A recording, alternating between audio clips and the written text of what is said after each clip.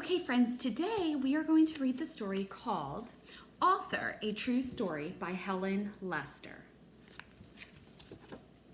A long time ago, there lived a 3-year-old author, me. I was the best grocery list writer in the world and a huge help to my mother. When I wrote a word, I knew exactly what it said. And what I love about this picture is that Helen Lester, in this picture, can you read what she wrote? I can't, but what I love is she said that she knows exactly what she wrote. And we know right from the start that she started writing as a 3-year-old. So it doesn't matter what age you start writing. And the fun part was that I could turn each list upside down and the words said the same thing. I think I made hundreds of these useful lists for my mother, and she never once said, "No, thank you, dear, I have had enough." Then I went to school and learned to make what they called real letters. My writing was the prettiest in the class, with straight lines and round lines. It was perfect.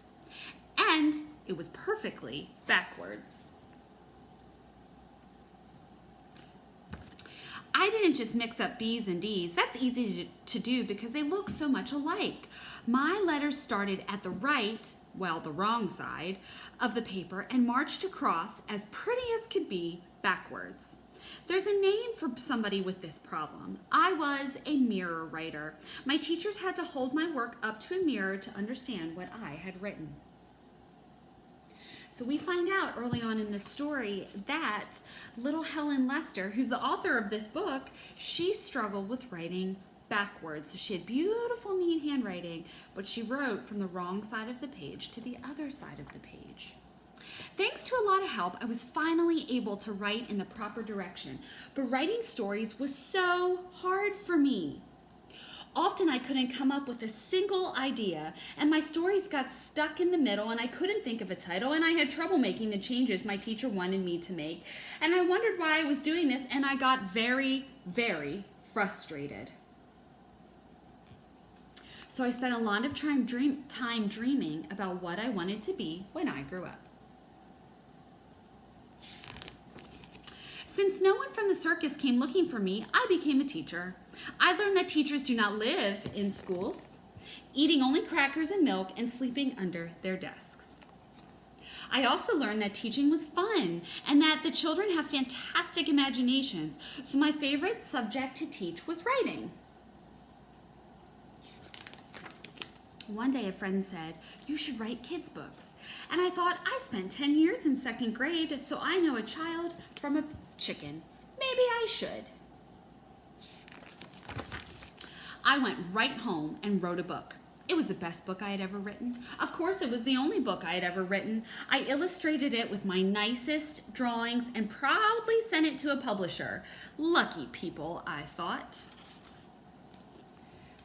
So we also learned that Helen Lester, to write a book, you can write a book, but you also have to send it away to somebody named a publisher who will read your story and tell you if they accept your story to make into a book. The lucky people sent it back and said, "No, thank you." That's called a rejection. I decided I never wanted to write again. So sometimes writing is hard, and sometimes we get rejected, which means sometimes we get told no. Sometimes we have a hard time writing and coming up with ideas. Sometimes we have a hard time actually writing the words on the page because of our handwriting or flipping our letters. But as Helen Lester tells us, that's okay. That happens. It happens to all really good writers. Until the next day when I felt better, I wrote a second book and sent it to a different publisher. The second publisher sent it back and said, "No, thank you." I decided I'd never write again. Until the next day when I felt better, I wrote another book, and another book, and another book. Practice must have helped each story get a little better, for on my 7th try, no book came back. Just a "yes, please." That's called an acceptance. So Helen Lester had to try over and over and over again to practice until finally she got accepted. I drew the pictures for my first book. I did the pictures for this book, but usually I work with an illustrator who has been to art school and who can draw bicycles and refrigerators and pigs. This talented person draws what I would if I could. This is my pig, and this is their pig. So here I am, an author, and every time I sit down to write, perfect words line up in perfect order, and whoop, a perfect book pops out of my computer. Well, not exactly. It actually looks more like this. I can't come up with a single idea, and my stories get stuck in the middle, and I can't think of a title, and I have trouble making the changes my editor wants me to make, and I lose my pencils, and I wonder why I'm doing this, and I get very, very frustrated. I like the pencil stuck in her hair. But that's sometimes. I love it best when ideas are hatching so fast I can barely write them down. I grab the nearest thing to write on and get so excited I forget what I was doing in the first place.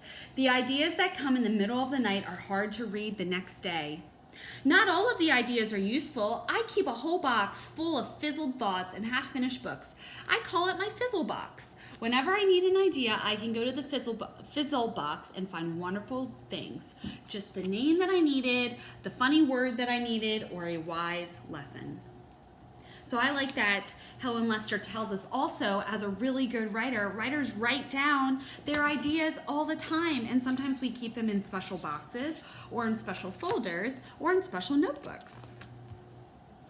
Usually, when I first think a book is finished, it really isn't. I keep going over the story again and again, looking for ways to make it better with little changes here and there. I do this until the book has to be printed. Then it's too late to do anything more. I used to think that writing had to be done at a special time while sitting at a desk, but slowly I discovered that I could write anytime, anywhere. I especially like to write when I'm bored because then I'm not bored anymore.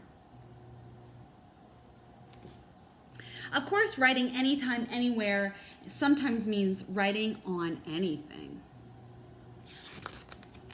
Authors are lucky, for they get to meet hundreds of children through letters, school visits, and at autograph sessions. I didn't always like autographing books. The first time I autographed my table was next to the table of a very famous author. I was not a famous author. I'm glad I didn't join the circus. Even though writing is sometimes hard work, it's what I love to do. I never dreamed I'd become an author, so this is better than a dream come true. The end. And that is Author, A True Story by Helen Lester.